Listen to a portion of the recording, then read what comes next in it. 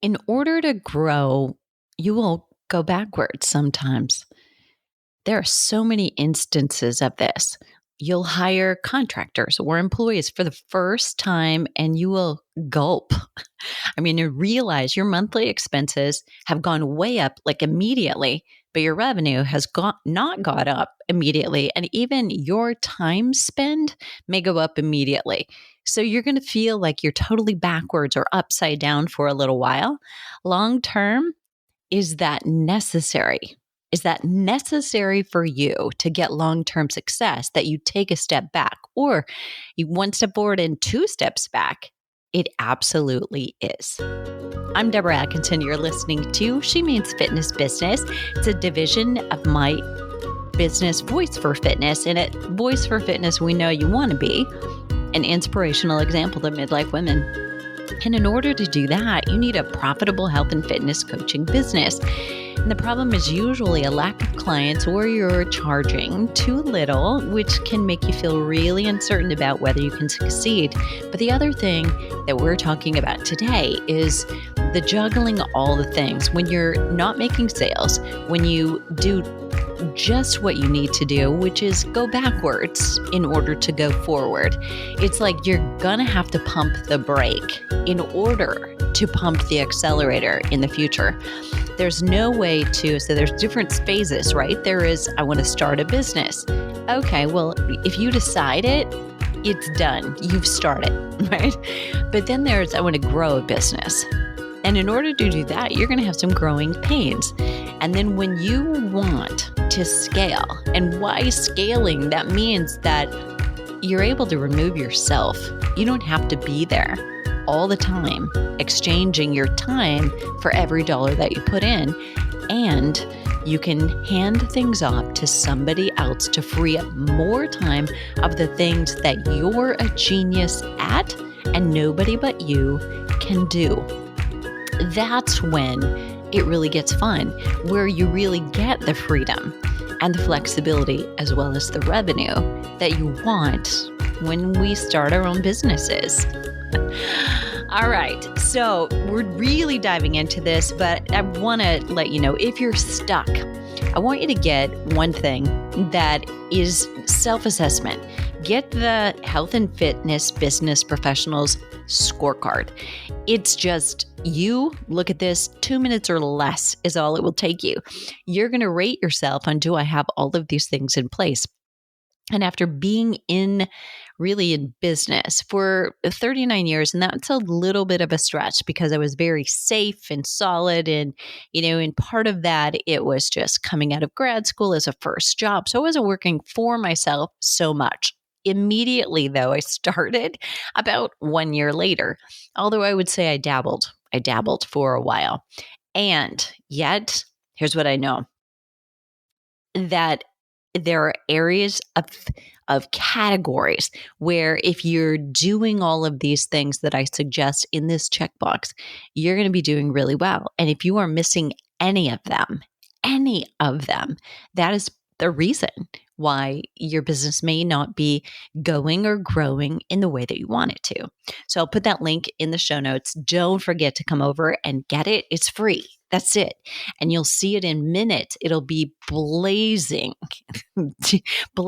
obvious. And I say that because it's 126 when I got in my car this afternoon here in Phoenix. Yes, welcome to summer. All right, no matter when you're listening to this, let's go back and review. This happens to everyone. Sales sometimes stink and your revenue tanks. Sales just do. You haven't gotten traction yet. Maybe that's it. Your message isn't resonating, or you haven't found your deep niche and committed to it. Or maybe you have, and the economy changed. The market made what used to work ineffective. Let's take, for example, shall we, gym memberships for the biggest example of this in history of gyms during the pandemic. I mean, look what happened to trainers who only worked face-to-face with their clients. A majority of them significantly had to reduce the business that they were doing. Some of them lost it completely. But It doesn't have to be a pandemic. It can also be that you took a risk. You tried something and it did not work. First of all, good for you. Yay, you nailed it. Celebrate that you took the risk. If you don't take a risk, if you're not like doing something that scares you quite frequently in your business, you're probably not going to grow. I hope, dear friend, that you survive. It takes risk to really reach your capacity. And I say that in a couple of ways. So it may be a risk that everybody else is advising you, don't do that, don't do that, don't do that. And you just stick to your guns and to your gut and what you really want to do. I'll give you an example. And I am kind of praying that my son doesn't listen to the podcast here. I don't think he does. I don't think he ever will. But he's going to go out on his own. All right. So, there may be another parent in the picture who really thinks that's kind of risky right now. And that would be right. I think it is risky. I think it was risky when I did it. I was 49. I was single. I didn't have a quote unquote prospect, sugar daddy taking care of me. I didn't have a husband who was quote unquote the breadwinner. And my income wasn't just extra, it was what I survived on. And I cut the cord. And I had been making a very comfortable mid-six-figure income with zero debt. I owned my house. I owned my car. I didn't live extravagantly. And I said, oh, yeah, well, I'm going to do this other thing over here.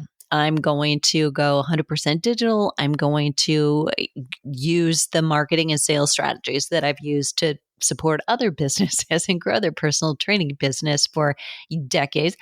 And I'm going to create programs for trainers and health coaches so we can keep the good ones because I saw them all leaving. I had a unique vantage point, but that was a risk. And let me just tell you that I knew my stepfather was probably rolling over in his grave. He was a man, I'm guessing some of you can identify, who worked for the same company for 40 years. He retired with a clock, I don't know what else, but I do think it was like a clock is what they gave him. And probably a nice pen, but that was it. And it was a nice pension. I mean, I have to say that, but it was just solid and safe and predictable. And I wanted more. And I felt responsible for, I can see the problem. I can't talk about the problem unless I'm willing to do something about the problem. Otherwise, it's pretty much like gossip. So I don't know if you feel about that the same way I do, but if we're talking about some kind of problem that we see and we're not willing to step up, speak up, go against the flow, I think we have to be quiet. I don't think you get a right to complain or speak or point out what's wrong unless you are doing something very loudly and willing to, I call it die on a hill. I mean, what is that thing you'll die on a hill for? So taking risks is really important. And it may be that in your business, you decide, well, we're going to pivot. We're going to stop selling that. We're going to double down on selling something that is already working well. And that feels uncomfortable because multiple revenue streams is what everybody talks about. Like you should have different programs, different things. However, if you're just cannibalizing your own thing, what we don't mean is actually develop more programs. So somebody looks at all of your exercise programs and is confused about which one they should choose. That's not what we're talking about when we say diversify and have different revenue streams. But when you decide and you really know what it is that you're doing and looking at, when you stop doing something that you've been doing for a while and you've been getting revenue from to say, I'm going to take the energy and the time and the real estate and the Facebook ads or whatever that I'm dedicating toward that thing and stop that because it's not bringing in a lot and really put it all in this other one. That is exactly what they say not to do, right? Don't put your eggs all in one basket. But you have to if you're going to make the most out of that thing. It's when you start spreading yourself too thin that it won't work.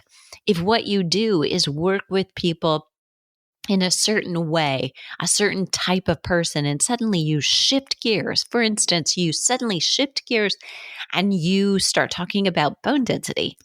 And that wasn't an area of expertise where you've sold and you've got experience. You might want to take a look at that because now you're just going, you're doing this thing over here, but now you're doing this thing over here. Is it spreading you out, spreading you thin, or is it truly bringing you more revenue? So, just a great question to ask, right? So, this episode is all about how to pivot when sales stink. But I wanted to give you that background, that foundation for there are times when your sales need to stink. And that's why we're doing this episode, not because I'm trying to pull you up and out of a hole in a terrible place. No, no, no.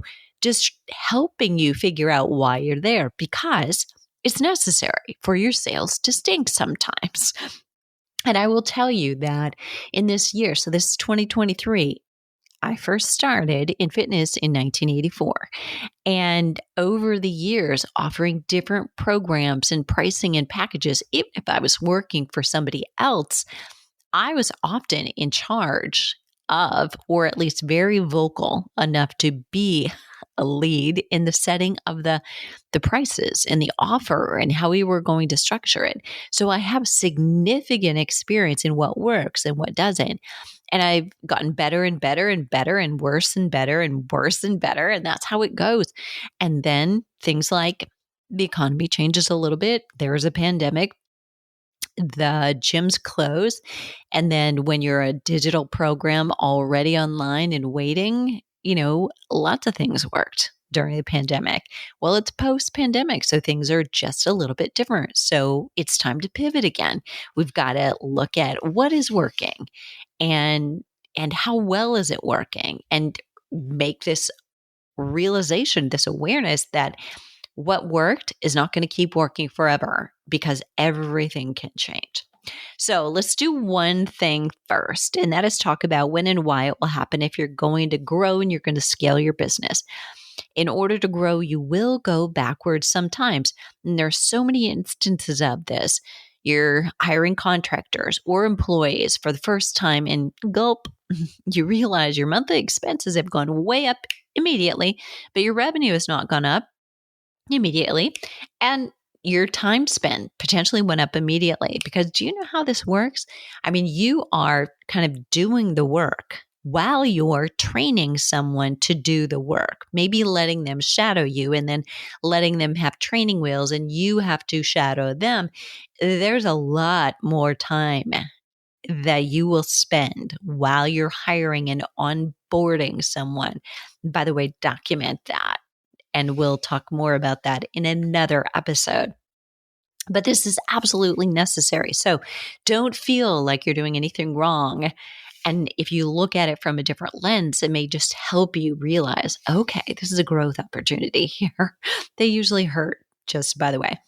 If you begin selling some kind of a product, like a hard product, maybe you start selling t-shirts where you start selling bands and tubing, or you start selling visors or something else for your business, a journal, supplements, merchandise of any kind, you most often, not always, have to buy the inventory first. You've paid this out.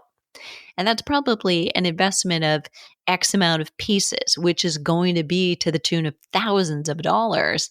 And then you pay to have it distributed. So you pay to have it produced, pay to have it shipped to some kind of a warehouse that is going to charge you based on, we're going to pull that from our shelves. And every time we pull it, it'll cost you $3, for instance. So if you sell a lot of product, you are going to have to factor that into your price, right? And some charge, if one client orders like 5 things, they may charge you $3 per item, right? Not good.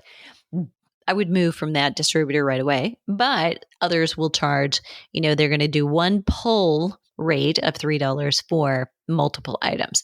Look for those if you're doing this, by the way. So I don't want to go down this rabbit hole, but there are some things. But there's going to be, I hope you're getting some kind of a hefty bill you're going to have to pay ahead of the actual revenue, which ideally includes a profit margin, but it's one step forward, two steps back. And it's going to be that for a while. So let's dive in.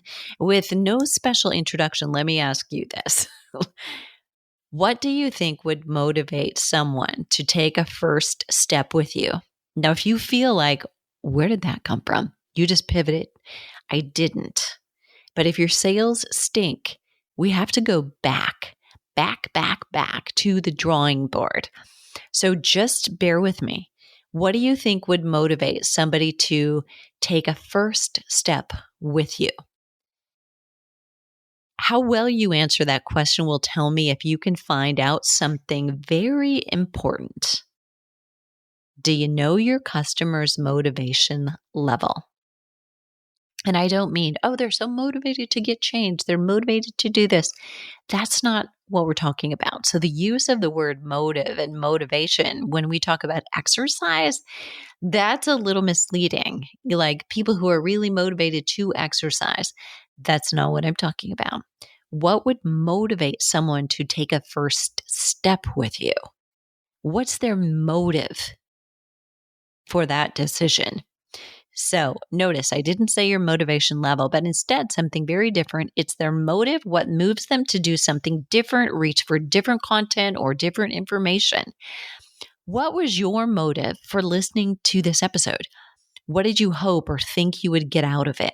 Did you listen just because it was up next and you listened to them as they come out and kind of consume them like Tic Tacs? Or did you return this to this one specifically, or skip ahead to this one, or have it pop up when you were searching for answers to this question, like sales, how to get better at sales?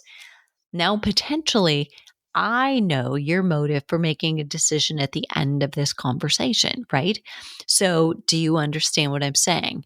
If you know somebody's motive, the reason they would have read a blog, looked at a video of a certain title, right? The title probably got their attention, or a picture got their attention. This title, when sales stinks and revenue tanks, what do? That potentially motivated you. So I know you're curious about how to make more revenue, probably, maybe how to get better at sales, right? So you're making your decision based on your need.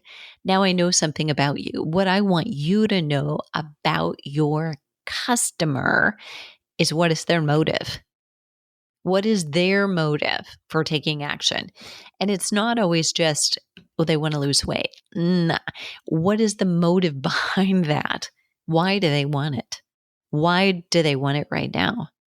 What's important to them about right now? I mean, have they suddenly gained extra weight? Did they suddenly feel really terrible? Did somebody say just a biting comment that they can't shake? So those are the real motives. And those are the things you want to know when you're in a conversation, whether it's live face to face, it's you standing in the line at the bank, it's you writing an email, or you writing a post, right? If you want more sales, you may be perfect for the Marketing to Women copywriting course. I'll put that link in the show notes. There are 5 different personas that women buyers have. And females, by the way, buy very differently than males. We make our decisions differently. A guy will be like, yeah, I just want that one. Like, I need a razor. Boom. And they buy a razor. We will stand and stare at the razors. Do you not do this? I do this. And then when it's time to go buy razor blades, I'm like, I don't know. Which one did I buy? And then I'm like, no, I don't know. Maybe I want a different one. It's like yogurt. There's hundreds. And so it makes it really hard. But women, we make our decisions different than men. And yet not every 55-year-old woman in menopause makes her decision the same either. 5 different personas, 5 different motives. You should know this. All right. So maybe you find that you're here knowing that I built my business from 0 to 6-figure months in about 4 years. And you want to know more about working with midlife women and getting them results. That could be your motive. You've seen what happens when you dedicate and you go deep, deep, deep in a niche and you say some things like in a TEDx talk that has been seen by hundreds and thousands of people. You say things like, the fitness industry is getting this wrong. We've gotten this wrong. And that's not a popular decision. Let me just tell you.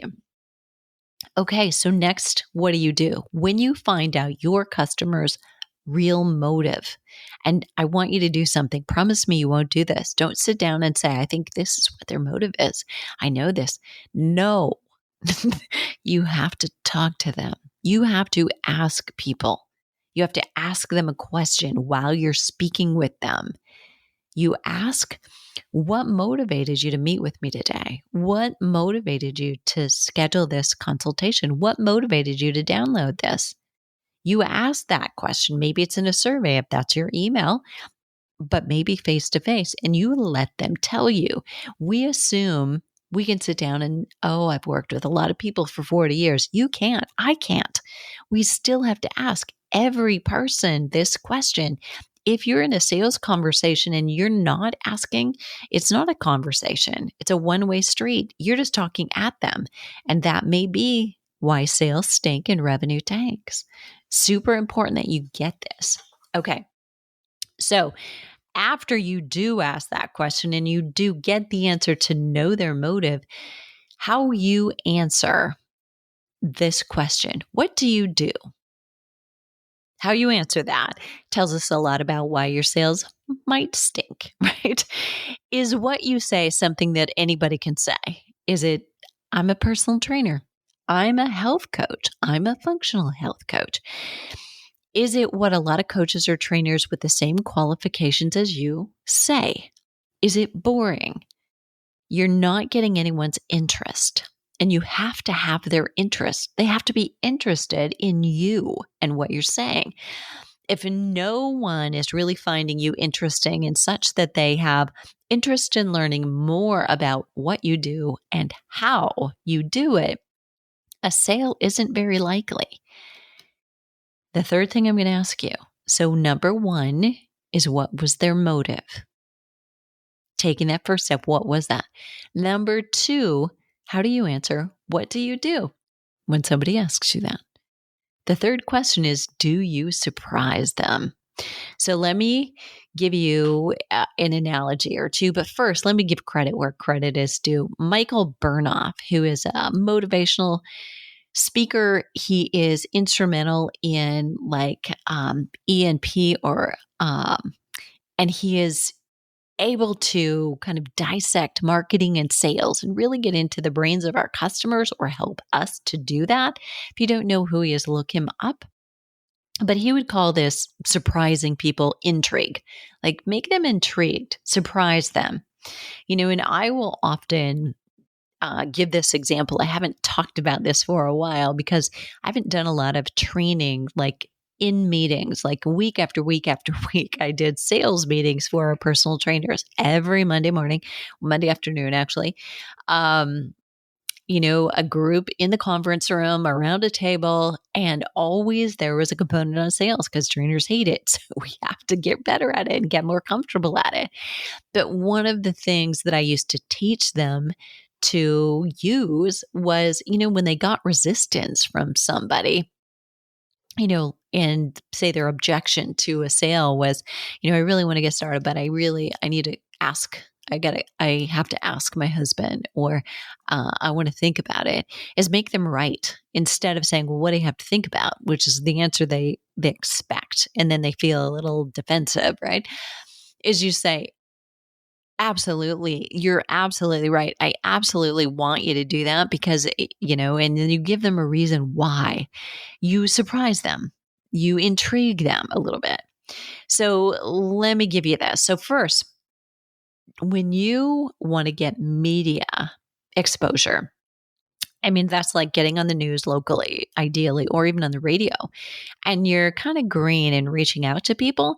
Fitness pros often reach out with, I have this degree and that degree, and I'm an elite so and so. And guess what? No one cares. The producer for the show does not care. A producer wants ratings. A producer wants to know that you understand that an audience loving your content gets their ratings up. When audiences tune in more often due to great content and because you share that you're going to be on in advance and you were on, so you send people to their website. Again, those things matter. It's not about you talking about your passion. I'm really passionate about this. I've been doing this for X amount of years. Yes, at some point your expertise will come up, but until you get their intrigue, you don't earn the right to tell them all about you. It's about them.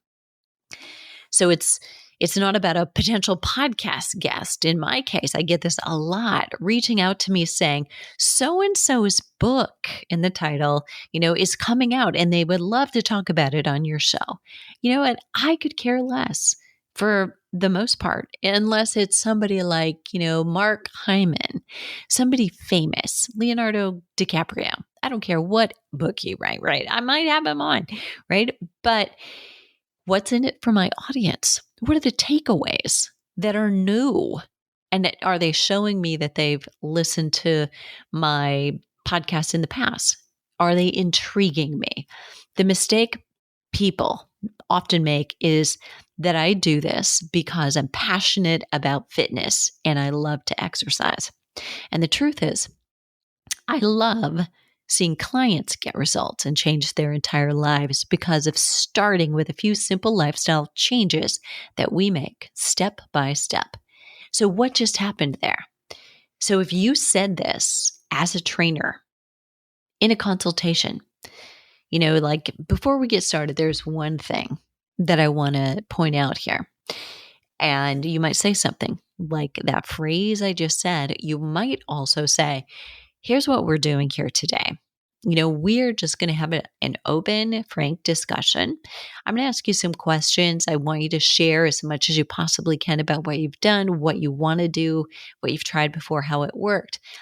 I will give you my best advice as if you are my mother, my sister, but I'm not here right now to sell. I don't know that you're a great fit for me. Do you see what I'm doing here? I just kind of took it away from them. They actually may not get to work with me. That's what it may feel like. And I made myself more removed from the outcome. And it just said, my consciousness tells me that I need to give you the best possible recommendation based on where you're at, what you're doing, how you're feeling, what you want. And I'm going to do that. And then we can decide, are we a good fit? Or maybe I can refer you to someone else. That kind of took me off the table. They may want to work with you more if you do that, right? So if that's not you, right? When I said, people think I do this, I make the mistake that I do this because I'm passionate about fitness and I love to exercise, and what I really love is getting people results, seeing that's what really is my passion. So if that's not you, you may not be in the right place here. I'm just going to say that gently, respectfully, but really, if your passion is just wearing cute Lululemons around mirrors and you love it when you're in good shape, but don't love it so much if you're not in such good shape, that says a lot about it's maybe a little bit more ego than you. This is said gently, respectfully, but really do a self-check, please, because we do need you in the fitness industry, but we need people who are willing to do this on their worst days. They're having a bad hair day, a bad skin day, a bad belly day. I don't care what it is. But if it was never about you, that would matter less, right? Okay. So a lot of people say, a lot of trainers in in my experience, have said, this is my passion. What they mean is they love working out, they love looking good, and to some extent, they love showing off. And when some trainers are injured or struggling with menopause themselves, they're no longer as excited about their passion. And so it can't be about you. It can't be about us. It can't be about selling. It has to be about helping others get what they want instead of settling for what they have. Did you hear me? It has to be about helping someone get what they want instead of getting what they have or settling for what they have.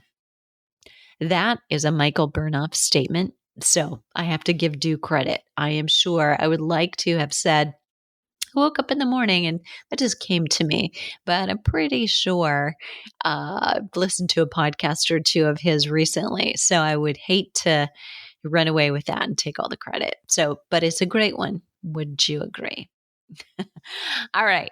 So if you're not getting them intrigued, like surprising them with a way you're approaching it, if you're not gaining their interest, you're not piquing that interest level.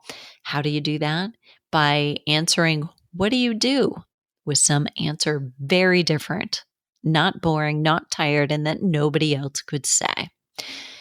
And knowing what their motive is. You've got to know that. So to summarize, number one, I'm going to ask you, do you intrigue them? Do you surprise them at all with your approach?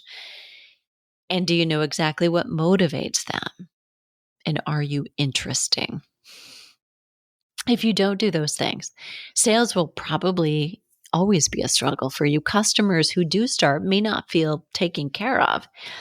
And when you turn this around, though, you will love what you do even more and not feel like you're selling it all and bring more clients into your programs. And this may feel like this is not an immediate fix. I thought you were going to tell me how to get more sales. It can be. If you use these sentences, the first thing you do when you sit down with somebody is, what motivated you to meet with me today? What's going on? That tells you how they're going to make their next step decision at the end of the conversation. You're going to want to come back to it. And do you surprise them? Create some intrigue. You can do those two things in a meeting, in every Facebook post, in every Instagram post, and in every email. It's immediate if you let it be. Okay. So it targets and communicates more clearly why you're different, why you're the solution to their problem. And when you ask and you listen better to the answer, you tap into how your customer is making decisions. If you don't know that, you probably can't get a sale.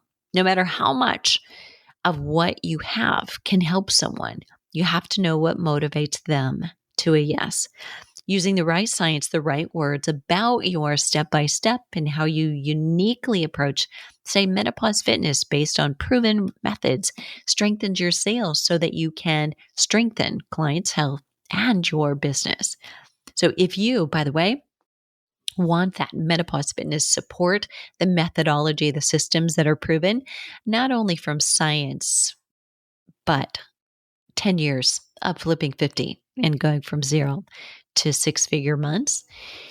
If you missed our annual enrollment period, reach out to our support team at support@flipping50 and let them know you heard it from a podcast, and I will arrange a meeting to see if you're a good fit and if right now is the best time for you.